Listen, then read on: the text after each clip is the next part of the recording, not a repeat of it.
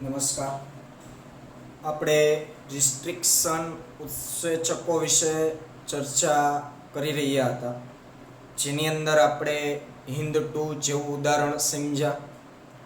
ઉત્સેચકોનું નામકરણ કઈ રીતે કરવામાં આવે એના વિશેની માહિતી લીધી. ત્યાર પછી હવે જે ટોપિક શરૂ થવાનો છે એ મહત્વનો એક પ્રશ્ન છે. એનું પ્રશ્ન સ્વરૂપ આ રીતે પૂછાઈ શકે: રિસ્ટ્રિક્શન ઉત્સેચકોના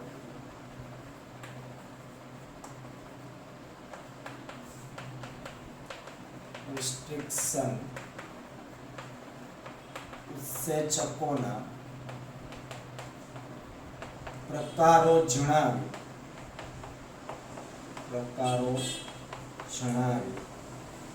રિસ્ટ્રિક્શન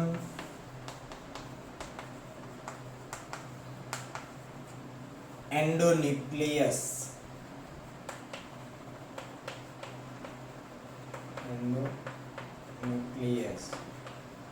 ની કાર્ય પદ્ધતિ સમજાવો. અથવા તો ખાલી રિસ્ટ્રિક્શન એન્ડોન્યુક્લિયસની કાર્ય પદ્ધતિ સમજાવો, આ રીતે પણ આ પ્રશ્ન આવી શકે. તો ચર્ચા કરીએ એના વિશેની. તો જે રિસ્ટ્રિક્શન ઉત્સેચકો જેટલા છે, જે અગાઉ આપણે માહિતી લીધી કે 230 થી વધુ જાતમાંથી, બેક્ટેરિયાની જાતમાંથી 900 થી પણ વધારે રિસ્ટ્રિક્શન ઉત્સેચકો છે અલગ કરવામાં આવેલા છે. તો આ જેટલા રિસ્ટ્રિક્શન ઉત્સેચકો છે એ બધાનો સમાવેશ ઉત્સેચકનો એક વર્ગ છે જેનું નામ છે ન્યુક્લિએજીસ.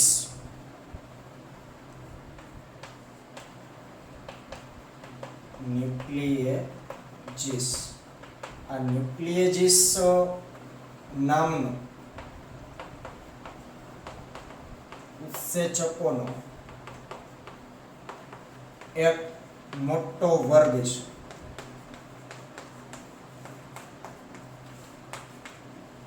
જેની અંદર તમામ રિસ્ટ્રિક્શન ઉત્સેચકોનો સમાવેશ કરવામાં આવે છે. આ ઉત્સેચકના વર્ગનું નામ છે ન્યુક્લિએજીસ. અલગ અલગ ઉત્સેચકોના વર્ગ હોય એવી રીતના એમાંનો એક આ વર્ગ છે ન્યુક્લિએજીસ, જેની અંદર બધા જ રિસ્ટ્રિક્શન ઉત્સેચકોનો છે સમાવેશ કરવામાં આવતો હોય છે. હવે આ જે ન્યુક્લિએજીસ ઉત્સેચકો છે એ બે પ્રકારના છે. બે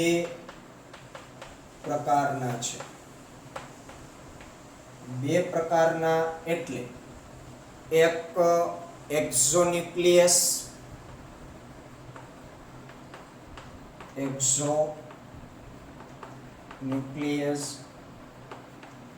અને બીજા છે એન્ડોન્યુક્લિયસ.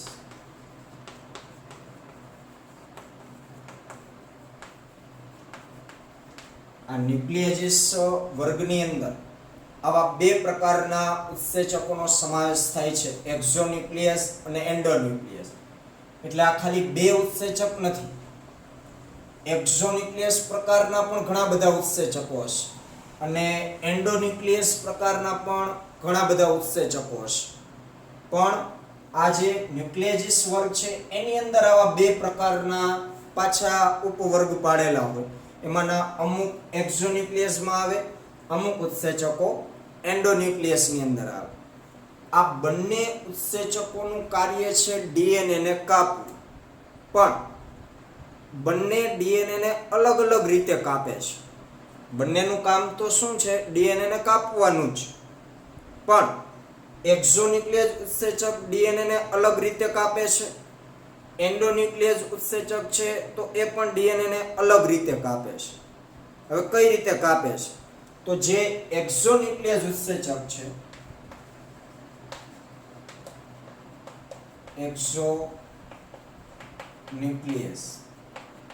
આ એક્ઝોન્યુક્લિયસ જે ઉત્સેચક છે એ ડીએનએ ના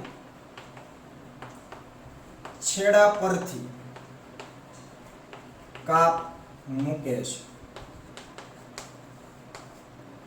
જ્યારે એન્ડોન્યુક્લિયસ જે છે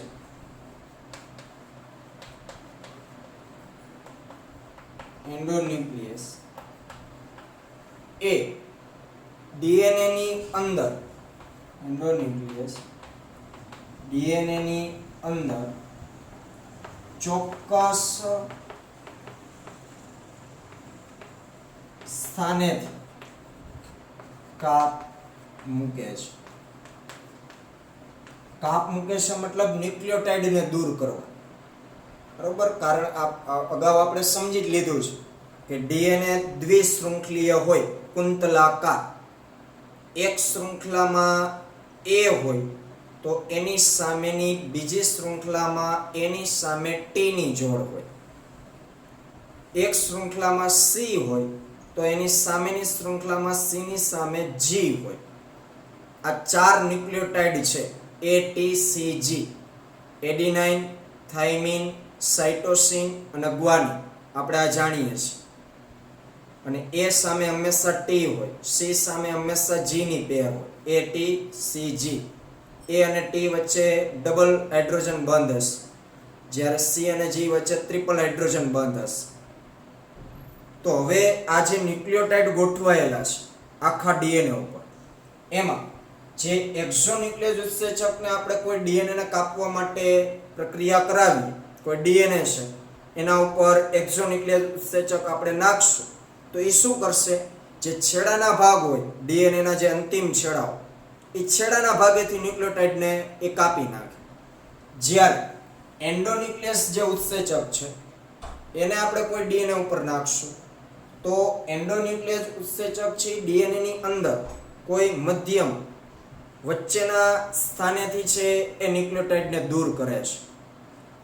હવે અહીં એક્ઝોન્યુક્લિયસ ડીએનએ ના છેડા ઉપરથી કાપ મૂકે છે, એના કારણે બુઠ્ઠા છેડાઓનું નિર્માણ થાય છે. આ વાત કદાચ ટેક્સ્ટ બુકમાં નથી, પણ આપણે શોર્ટકટમાં લખીએ તો એક્ઝોન્યુક્લિયસ જે છે તેના કારણે ડીએનએ માં બુઠ્ઠા છેડાઓનું નિર્માણ થાય.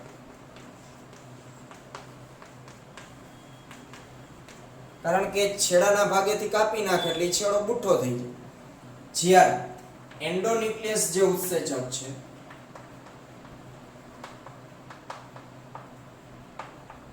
એના કારણે ડીએનએ માં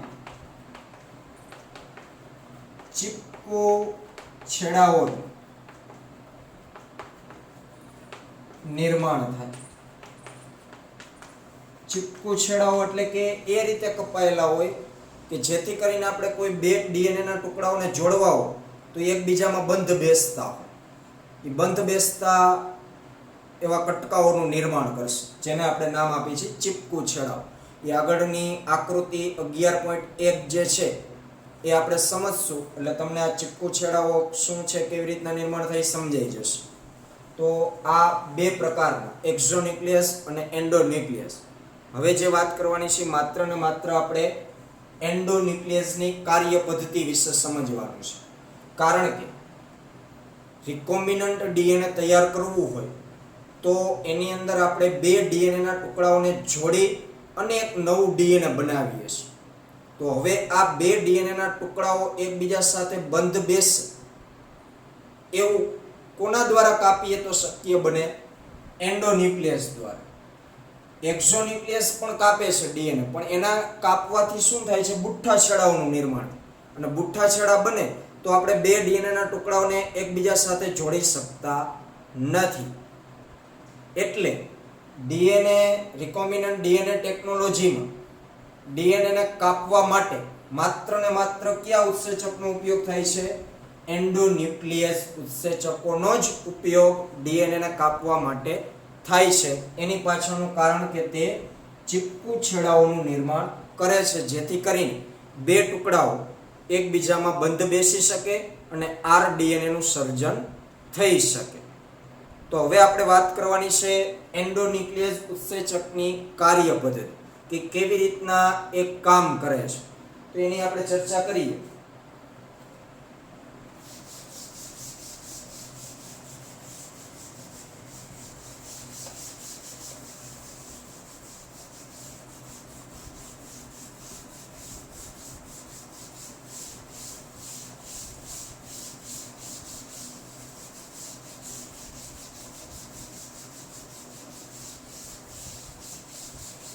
એ આકૃતિ પણ આપણે ડ્રો કરવાની છે પ્રશ્નમાં અને સમજવાની પણ થશે કે આપણે એન્ડોન્યુક્લિયસની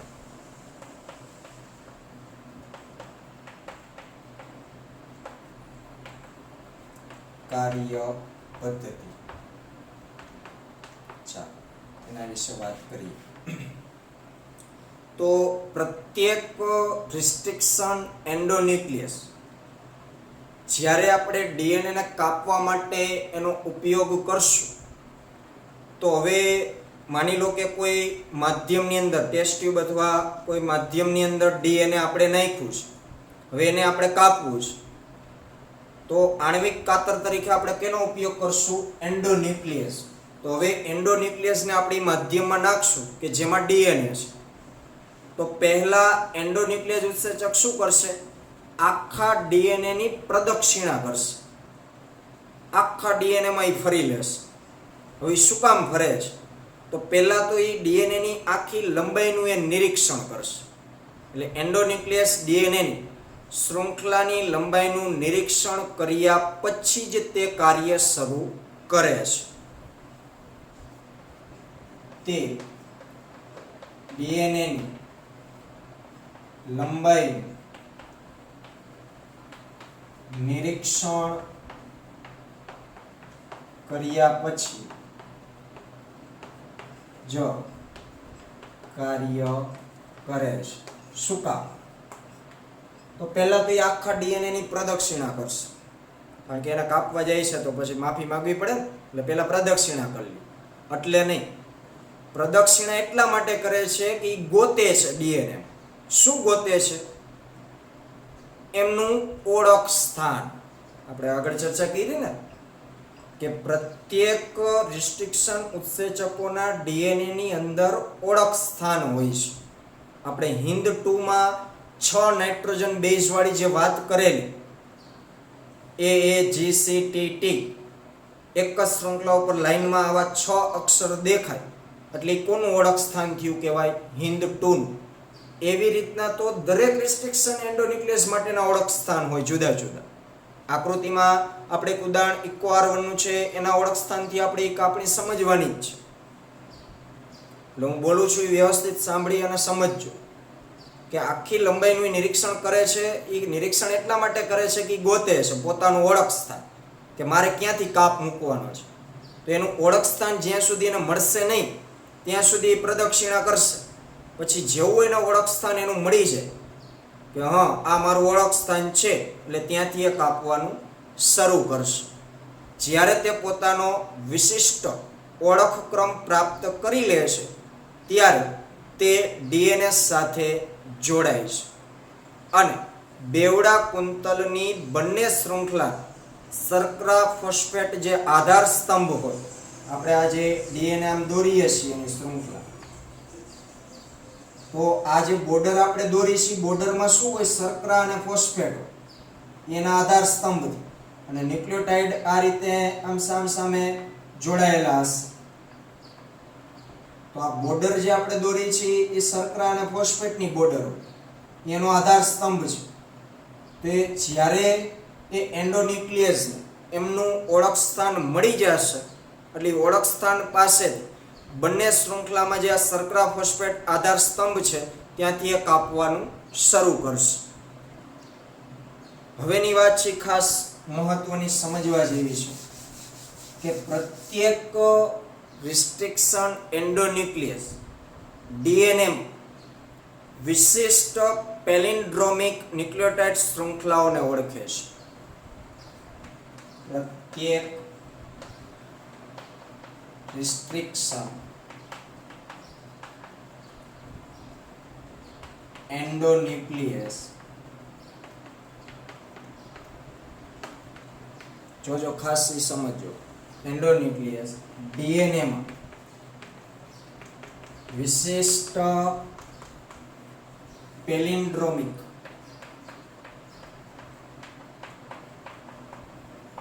ન્યુક્લિયોટાઇડ શૃંખલાઓને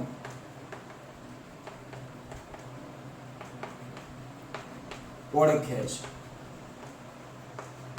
આ એમના ઓળખ સ્થાનની જ આપણે વાત કરીએ છીએ, પણ અહીં શબ્દ વાપરો પેલિન્ડ્રોમિક. હવે પેલિન્ડ્રોમિક શું છે? તો આ પેલિન્ડ્રોમ એક ઇંગ્લિશ શબ્દ ગ્રીક ભાષાનો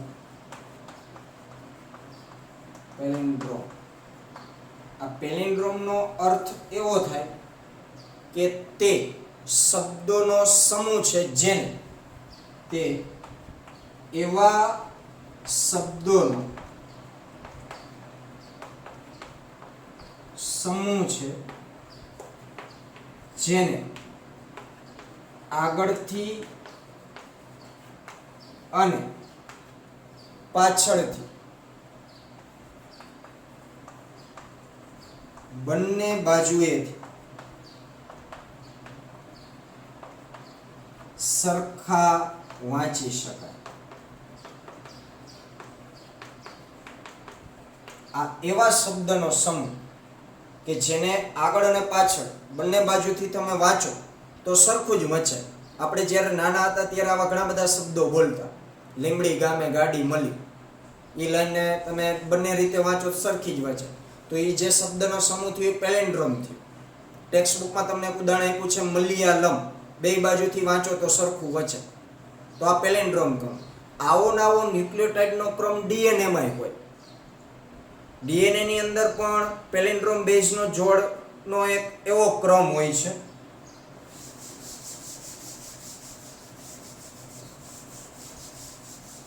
જેમાં આવા શબ્દો છે મલયાલમ ને લીમડી ગામે ગાડી મળી, એવા તો ઘણા બધા તમને કદાચ મગજમાં હશે કે જેને આગળ અને પાછળ બંને બાજુથી વાંચો તો સરખા વાંચી શકાય.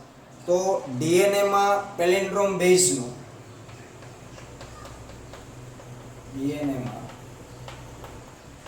પેલિન્ડ્રોમ બેઝનો એક એવો ક્રમ હોય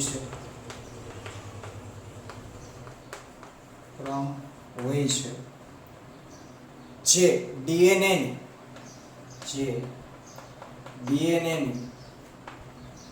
એક બાજુએથી બીજી બાજુ તરફ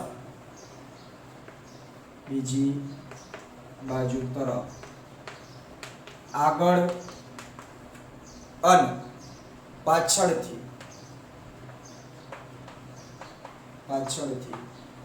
એક સરખા વાંચી શકાય. ડીએનએ ની અંદર જે ન્યુક્લિયોટાઇડ ગોઠવાયેલા છે તો ત્યાં પણ એક આવો પેલિન્ડ્રોમિક ક્રમ હોય છે જેને તમે એક બાજુથી બીજી બાજુ તરફ વાંચો તો સરખા વાંચી શકાય છે. ઉદાહરણ તરીકે કોઈ એક ક્રમ હોય તો આપણે જાણીએ છીએ કે ડીએનએ ની બે શૃંખલાઓ હોય. એ બે શૃંખલાઓમાં એક છેડો 5 ડેઝ હોય તો બીજી શૃંખલાનો છેડો 3 ડેઝ હોય. આ બાજુ અહીંયા 3 ડેઝ હોય તો આ 5 ડેઝ હોય. એ વસ્તુ આપણે છઠ્ઠા ચેપ્ટરમાં ખૂબ સારી રીતે સમજી લેશું કે આ 3 ડેઝ 5 ડેઝ છે શું. અત્યારે ચર્ચા કરવા જશું તો છઠ્ઠું ચેપ્ટર ચાલુ થઈ જશે. પણ એક છેડો 5 ડેઝ હોય, એક છેડો 3 ડેઝ હોય તો બીજી શૃંખલાનો આ બાજુનો છેડો 3 ડેઝ હોય, આ છેડો 5 ડેઝ હોય. તો હવે આપેલ ક્રમને કોઈ પણ એક એવો ક્રમ આપેલો હોય, ટેક્સ્ટ બુક ની અંદર તમને ઉદાહરણ આપેલું છે GAATTC,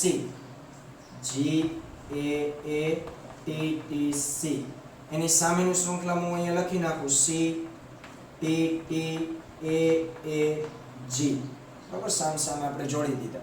G સામે C, A સામે T, એ રીતે T સામે A, C સામે G. તો હવે તમે આ બંને શૃંખલામાં બંને બાજુ એક જ દિશામાંથી વાંચો, એટલે કે 5 ડેશ થી 3 ડેશ ની દિશામાં તમે વાંચો ઉપરની શૃંખલામાં તો શું વચાશે? GAATTC. હવે નીચેની શૃંખલામાં તમે 5 ડેશ થી 3 ડેશ વાંચો તો પણ એ જ વચાશે GAATTC. એનાથી ઉલટું કે 3 ડેશ થી 5 ડેશ તમે વાંચો એક જ દિશા તો CTTAAG. એવી રીતના નીચેની શૃંખલામાં 3' થી 5' વાંચો તો C T T A A G વચ્ચાનું સરખું. અહીં આપણે દિશા ધ્યાનમાં રાખવાની છે કે તમે એક જ દિશામાં બંને શૃંખલાને વાંચો 5' 3' બે શૃંખલાને તમે 5' 3' જ વાંચો તોય સરખું વંચાશે, અથવા તો 3' 5' બંને શૃંખલાને વાંચો તો પણ સરખું વંચાશે. તો આ થયો પેલિન્ડ્રોમિક ક્રમ. તો કોઈ પણ એન્ડોન્યુક્લિયસ જે ઉત્સેચક હશે એ આવા પેલિન્ડ્રોમિક ન્યુક્લિયોટાઇડની શૃંખલાની ઓળખે, કારણ કે ત્યાં એમનું ઓળખ સ્થાન હોય છે અને ત્યાંથી જ એ એન્ડોન્યુક્લિયસ છે એ કાર્ય કરી ફોસ્ફેટ શર્કરાનો જે સ્તંભ છે એટલે કે આ જે શૃંખલા છે એને એવી કોઈ ચોક્કસ જગ્યાએથી કાપતું હોય છે. હવે આકૃતિ સાથે આપણે એ સમજવાની કોશિશ કરીએ. ચાલો, તો આપણે જે આકૃતિ 11.1 છે એમાં આપણને એક ઉદાહરણથી રિસ્ટ્રિક્શન એન્ડોન્યુક્લિયસ કઈ રીતે કાર્ય કરે છે એ સમજાવવાની કોશિશ કરેલી છે. તો અહીં આકૃતિમાં જે એન્ડોન્યુક્લિયસ ઉત્સેચક પસંદ કર્યો છે એ છે ઇકો R1. આ ઇકો R1 ની આપણને ઉદાહરણ સાથે કાર્ય પદ્ધતિ સમજાવી છે. તો આ જે ઇકો R1 એન્ડોન્યુક્લિયસ જે ઉત્સેચક છે, આ ઉત્સેચકનો જે ઓળખ ક્રમ છે એ ઓળખ ક્રમ છે GAATTC.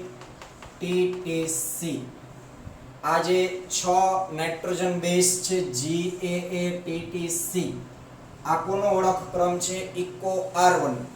જેમ હિન્દ 2 નો ઓળખ ક્રમ શું હતો? AAGCTT. એ રીતે અહીં ઇકો R1 નો ઓળખ ક્રમ છે GAATTC. તો એક શૃંખલા ઉપર જ્યાં સળંગ આ 6 નાઇટ્રોજન બેઝ હશે એ એમનો ઓળખ ક્રમ ગણાશે અને પેલિન્ડ્રોમિક ક્રમ પણ હોવો જોઈએ. હવે આ જે ઇકો R1 છે એ એટલે કે તે ફક્ત G અને A ની વચ્ચેથી DNA ને કાપે છે. શું કીધું? તે ફક્ત G અને A ની વચ્ચેથી DNA ને કાપે છે. તો આપણી પાસે અહીં બે DNA છે. આ જે DNA છે એને આપણે વાહક DNA કહેશું અને આ જે છે એ વિદેશી DNA છે. આપણે બે એવા DNA પસંદ કર્યા છે. આ બંને DNA ને જોડી અને આપણે એક rDNA પુનઃસંયોજિત DNA બનાવવું છે. તો હવે આ જે વાહક DNA છે અને આ જે વિદેશી DNA છે એ બંનેને આપણે ઇકો R1 વડે કાપીએ તો અહીં ઇકો R1 છે કામ કરે બંનેમાં. તો કીધું એ પ્રમાણે એનો ઓળખ ક્રમ કયો છે? GAATTC. તો અહીં આપણે લખેલું છે GAATTC. આ પેલિન્ડ્રોમિક ક્રમ વાહક DNA. એ જ રીતે વિદેશી DNA માં પણ GAATTC એ તેમાં પેલિન્ડ્રોમિક ક્રમ છે. એટલે ઇકો R1 પહેલા તો શું કરશે? આખી લંબાઈનું નિરીક્ષણ કરશે અને આ ક્રમ ગોતશે. હવે ક્રમ જડી જાય એટલે શું કરશે? G અને A ની વચ્ચેથી કાપ મૂકશે, એટલે કે અહીં એ કાપશે આ DNA. હવે G અને A ની વચ્ચેથી કાપ મૂકે બંને શૃંખલામાં. આ નીચેની શૃંખલા છે તો એમાં અહીં G અને A ની વચ્ચેથી કાપ મૂકશે એટલે આ રીતે DNA આખું કપાઈ જશે. એટલે આટલો જે આ વ્હાઈટ હું જે કરું એ ભાગ શું થઈ જશે? દૂર થઈ જશે. તો અહીંથી મેં એ ભાગ કાપી નાખ્યો. આ કપાયેલ વાહક DNA છે. કપાયેલ વાહક DNA. તેમાં તમે જોઈ શકો છો કે G અને A ની વચ્ચેથી કાપ મૂક્યો. આ શૃંખલામાં પણ G અને A ની વચ્ચેથી કાપ મૂક્યો એટલે આટલો ભાગ કપાઈ ગયો. એ અહીંયાથી દૂર થઈ ગયો. એવું ને એવું વિદેશી DNA માં બનશે. G અને A ની વચ્ચેથી કાપ મુકાશે. અહીં પણ G અને A ની વચ્ચેથી કાપ મુકાશે. એટલે પરિણામે શું થશે? આ જે મેં વ્હાઈટ દોર્યું એટલો ભાગ એમાંથી કપાઈ જશે. કપાઈ ગયું એટલે આ થયું કપાયેલ વિદેશી ડીએનએ. હવે આ જે છેડાઓ નિર્માણ પામ્યા એને કહેવાય ચીપકુ છેડા.